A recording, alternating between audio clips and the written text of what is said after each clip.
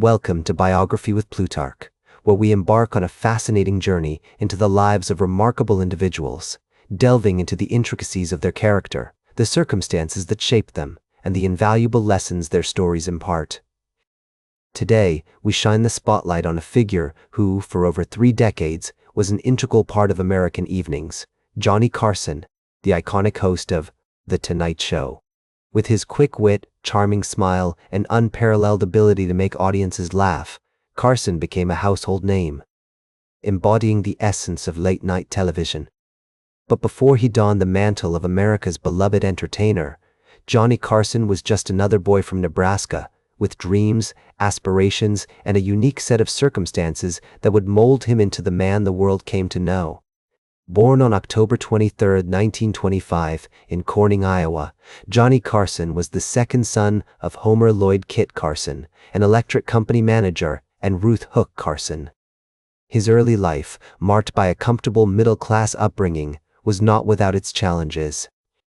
The Carsons' home, with its warm and inviting atmosphere, was filled with the sounds of laughter and conversation, where Johnny and his older brother Dick would often engage in lively discussions and playful antics.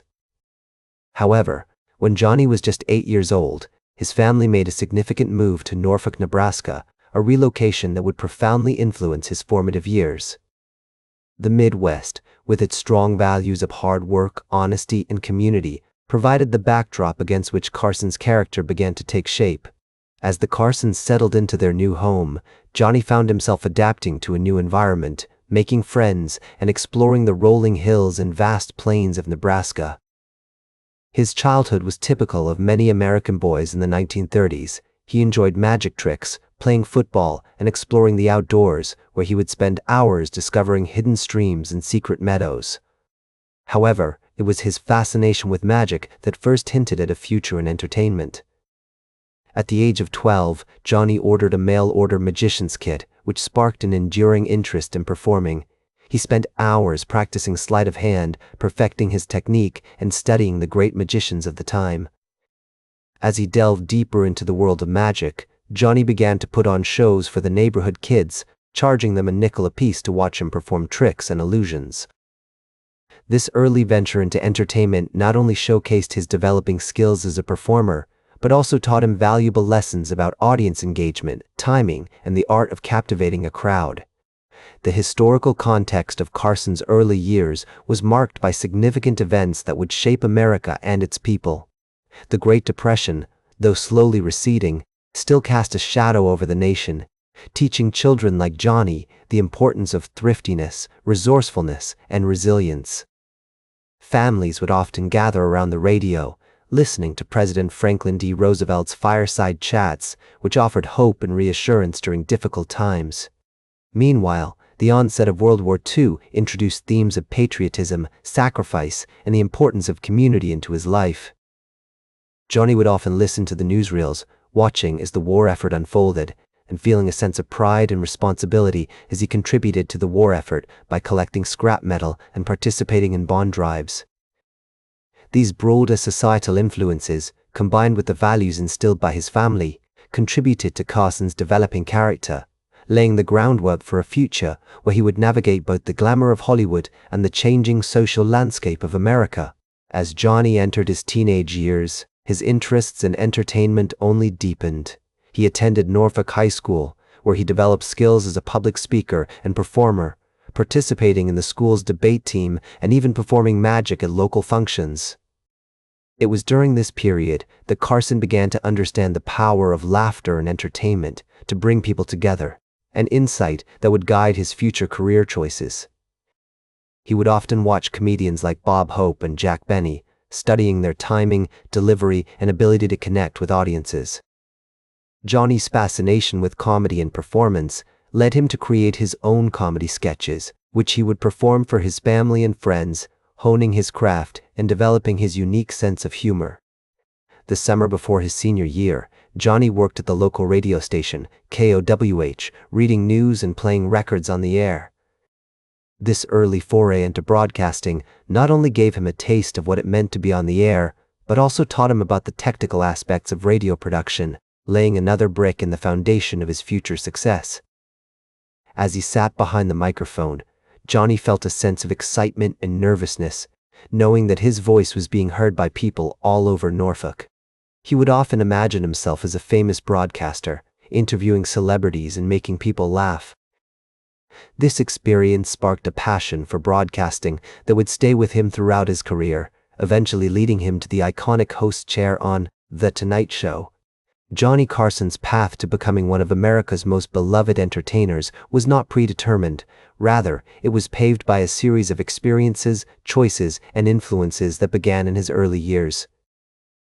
The Nebraska boy who practiced magic tricks in front of a mirror, dreaming of one day making it big, was slowly but surely moving toward a future that would find him at the helm of The Tonight Show, bringing joy and laughter to millions of Americans every night.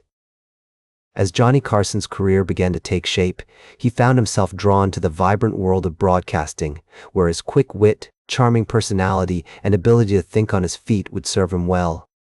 The year was 1943, and the United States was in the midst of World War II. After graduating from Norfolk High School, Carson enrolled in the University of Nebraska, where he studied speech and drama, honing his skills as a performer and broadcaster. He spent countless hours practicing his delivery, perfecting his timing, and developing his unique brand of humor. However, his academic pursuits were soon interrupted by the war effort, and in 1944, at the age of 19, Carson enlisted in the United States Navy, serving on the USS Pennsylvania until the end of the war. During his time in the military, Carson's natural charisma and leadership abilities earned him the respect of his fellow sailors, who would often gather around to listen to his stories and jokes.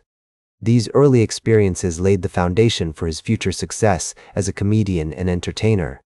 Following his military service, Carson returned to the University of Nebraska, where he completed his degree in 1949. It was during this period that he began to develop his skills as a comedian and entertainer, performing in local theater productions and writing comedy sketches for the university's radio station. He would often sneak into the radio studio at night, experimenting with different voices and characters and honing his craft. In 1950, Carson moved to Los Angeles, where he landed a job as a staff writer for the popular television show, The Red Skelton Show. This position not only provided him with valuable experience in writing for television, but also introduced him to many of the prominent figures in the entertainment industry. Carson's big break came in 1957 when he was hired as a substitute host for The Tonight Show, then hosted by Jack Paar. His charm, wit, and effortless ability to engage with guests made him an instant hit with audiences, and soon he found himself hosting the show on a regular basis. As he took the stage, Carson's confidence and charisma shone through, putting even the most nervous guests at ease. He had a unique ability to listen actively, to respond thoughtfully, and to make his guests feel like they were the only person in the room. In 1962, Carson became the permanent host of The Tonight Show, a position he would hold for the next 30 years. Under his guidance, the show became a staple of American entertainment, featuring a wide range of guests, from Hollywood stars to musicians and comedians.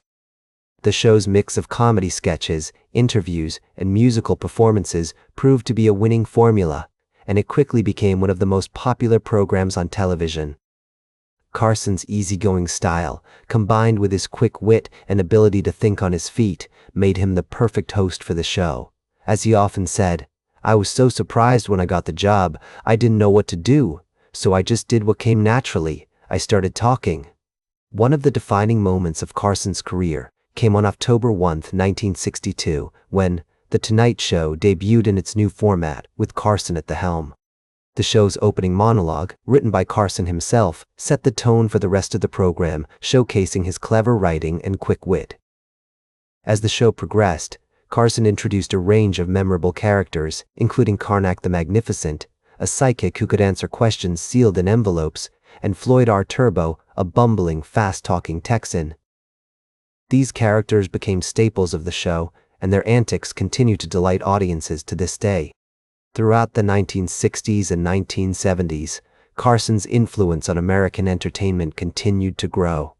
He became known for his clever writing, his ability to poke fun at himself, and his willingness to tackle tough subjects in a humorous way. His show featured a wide range of guests, including Bob Hope, Dean Martin, and Frank Sinatra, as well as up-and-coming comedians like Richard Pryor and George Carlin.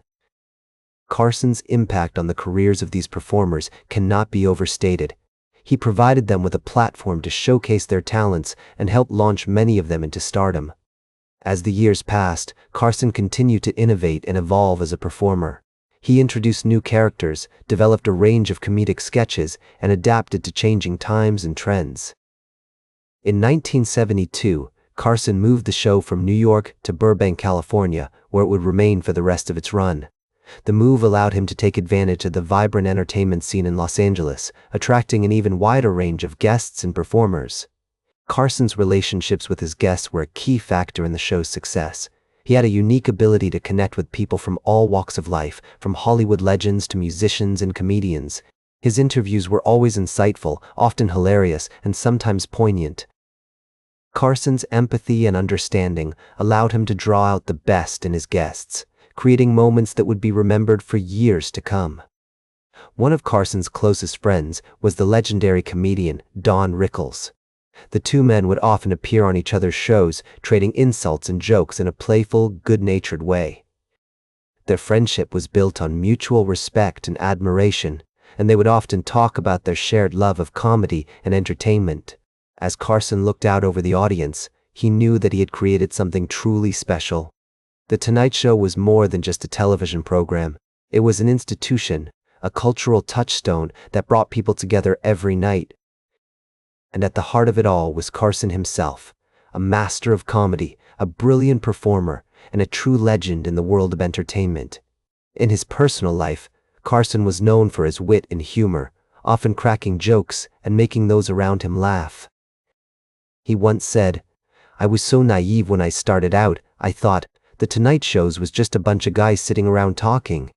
His quick wit and clever observations became a hallmark of the show, and he would often use humor to diffuse tense situations or make light of difficult topics. As the years went by, Carson continued to push the boundaries of comedy and entertainment. He remained at the top of his game, always innovating, always adapting, and always making his audience laugh. And even though he faced challenges and setbacks along the way, Carson never lost his sense of humor or his passion for entertaining others. In the end, Johnny Carson's legacy is one of laughter, joy, and entertainment. He left an indelible mark on American culture, and his influence can still be felt today. As he often said, the worst gift is a fruitcake. There is only one fruitcake in the entire world, and people keep sending it to each other. This light-hearted joke captures the essence of Carson's humor and his ability to make us laugh, even on our most difficult days.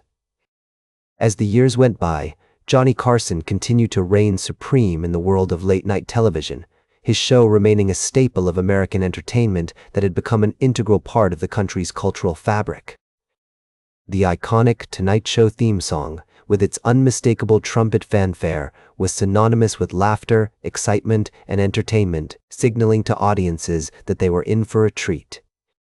However, behind the scenes, Carson's personal life was becoming increasingly complicated, like a rich tapestry with intricate threads of love, loss, and heartache. He had married 3 times, each union ending in divorce, and was known for his womanizing ways, which often made headlines in the tabloids, fueling the public's fascination with his charismatic yet flawed persona. Despite these challenges, he remained devoted to his craft, always pushing himself to be better and to innovate, like a master chef perfecting his recipe. He would often spend hours in his office, poring over scripts, tweaking jokes, and brainstorming new ideas, driven by an insatiable passion for comedy and a desire to stay relevant in an ever-changing landscape. His dedication paid off, as the show continued to attract A-list guests, from Hollywood legends like Frank Sinatra and Dean Martin to music icons like Elvis Presley and the Beatles. The Tonight Show had become a cultural institution, a platform where Carson could showcase his quick wit, clever wordplay, and impeccable timing, leaving audiences in stitches night after night. In the 1980s, Carson began to slow down, and his show started to feel a bit stale, like a favorite pair of shoes that had lost their luster. He had been doing it for over 2 decades, and the format was starting to feel tired, with some critics arguing that he had become too comfortable, too predictable. However, he refused to give up, and in 1985, he launched a new production company, Carson Productions, which would go on to produce several successful films and television shows, including the hit sitcom, The Larry Sanders Show. This move marked a significant shift in Carson's career, as he began to focus more on producing and less on performing, allowing him to nurture his creative spark while exploring new avenues of expression. As the 1990s approached, Carson's health began to decline, like the fading light of a sunset. He had always been a heavy smoker, and in 1999, he was diagnosed with emphysema, a chronic lung disease that would slowly rob him of his breath, his energy, and his vitality. Despite his poor health, he continued to work, albeit at a slower pace, driven by a fierce determination to stay active, to stay relevant, and to leave a lasting legacy. On January 23, 2005, Johnny Carson passed away at the age of 79, leaving behind a legacy that would be remembered for generations to come, like a timeless masterpiece that continues to inspire and delight. Carson's impact on American culture cannot be overstated, like a mighty river that has shaped the landscape of comedy, entertainment, and popular culture. He had single-handedly changed the face of late-night television, paving the way for future hosts like Jay Leno, David Letterman, and Conan O'Brien, each of whom would put their own unique stamp on the genre while paying homage to the master who had come before them. His influence extended far beyond the world of entertainment as well, with his irreverent humor, clever wit, and biting satire helping to shape the national conversation, to challenge social norms, and to push the boundaries of what was considered acceptable. As Ed McMahon, Carson's longtime sidekick, once said, "Johnny was more than just a comedian, he was an institution." This sentiment is echoed by countless others who knew and worked with him, from comedians like Don Rickles and Bob Newhart to actors like Jack Nicholson and Warren Beatty. Carson's legacy continues to be felt today, with many comedians and actors citing him as a major influence, a source of inspiration, and a reminder that comedy can be both a powerful tool for social commentary and a timeless art form that transcends generations. In the years following his death, Carson's estate has continued to produce new content, including several documentaries and films about his life and career, each offering a unique glimpse into the mind of one of America's greatest entertainers. His archives have also been made available to scholars and researchers, providing a treasure trove of material that sheds light on his creative process, his personal struggles, and his unwavering dedication to his craft. He was a brilliant comedian, a devoted father, and a loyal friend, but also a womanizer and a heavy smoker, a man whose flaws and imperfections only added to his charm, his humanity, and his enduring appeal. As Carson himself once said, "If life was fair, Elvis would be alive, and all the impersonators would be dead." This witty remark captures the essence of his humor and his ability to make us laugh even on our most difficult days, like a ray of sunshine that breaks through the clouds. That's all for today's biography with Plutarch. Remember to like, share, and subscribe. And until next time, remember that understanding the lives of remarkable individuals helps us better understand ourselves.